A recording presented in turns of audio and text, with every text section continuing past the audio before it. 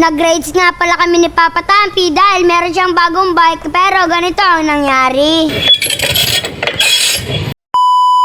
For today's video mga kadanday, bidaris nga pala kami ni Papa Tampi. Pupunta kami ng Fishing port.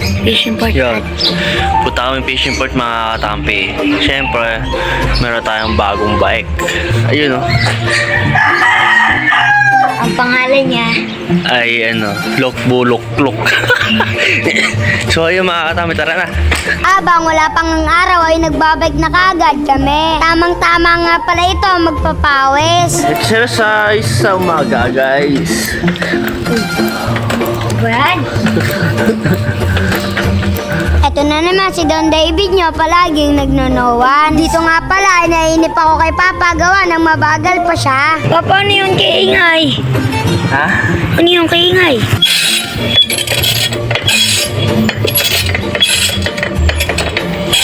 Si Don David yung nga pala ay napapakamot na sa ulo. Wala pa nga sa kalate ay sumusuko na kagad ang bike niya. Dumagdag pa nga ito yung pedal niya na nahulog. Kaya naman mag-e-bike na lang siya para masamahan niya rin ako mag-ride. Buti na lamang ay full charge si Reddy kasi palagi siyang ready sa mga biyahe. Tapos nga pala ay sinabi ko kay Papa na paayos niya muna ang kanyang bike. Yung bike na yan kasi ay bigay pa yan ni tatay para masamahan daw ako mag-ride ni Papa Tampi. Ilang fishing port Marinig ang pupuntahan namin. Pupunta rin pala kami sa fishing port Calamba at sa Marcos. Bago nga pala yung mangyari, kailangan muna ay maayos muna ang bike ni Papa Tampi at meron na akong preno sa bike ko. Bawal nga rin pala iyaw ng pixie tapos mahirap din pagpababa. Kaya naman bumalik na tayo sa kwento. Naabutan na nga pala kami ng araw dito kasi mabagal pa si Papa Tampi. Naka-e-bike na nga, naka-helmet pa para masabihan siya na nagra-ride pa rin. Pupunta nga pala muna kami sa fishing port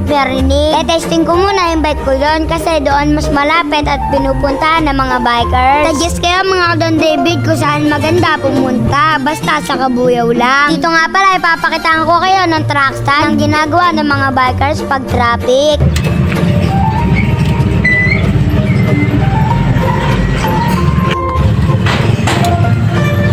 Bigla nga pala tumingin sa akin si Manong, baka napangat tapos bata pa ako. Gusto ko nga pala tagalan yung truck stand dito kaso naiya ko kay Manong. Nung nabasa niya nga pala yung isip ko ay bigla na siyang umalis. Nung umokay na nga pala yung traffic ay bigla na lang ako umalis. After that nga ay nag-traffic ulit kaya naman tamang truck stand naman ako sa Getly. After that nga ulit mga Don David, sa wakas nandito na kami sa fishing port. Salamat nga pala kay Jesus kasi safe kami nakarating dito. Sobrang ganda talaga ng tanawin dito.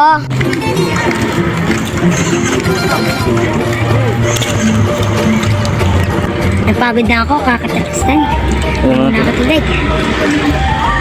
Pabili tayo. Ako Don David, bili na tayo ng pagkain natin kasi kakapagod magbiyahe. Doon tayo, ang dami mga pagkain doon.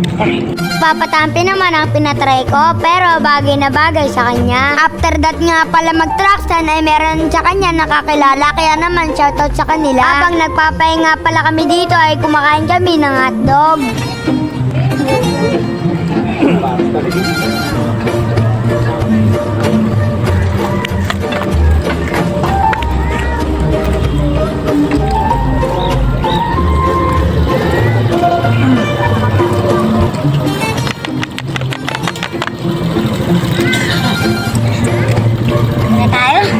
Kaya kami pumunta dito, gawa ng ngayon daw sa akin lalaban ng truck stand. Parang hindi naman siya pumunta oh.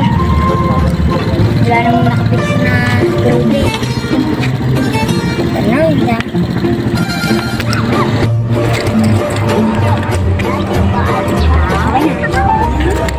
Ayla Marinig. Meow.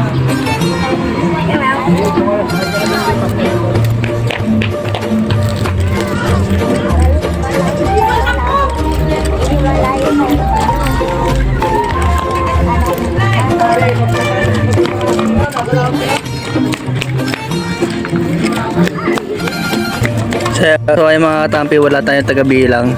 Tumigil na siya. Ay, natay. Shawin na tayo. Hindi pala yan.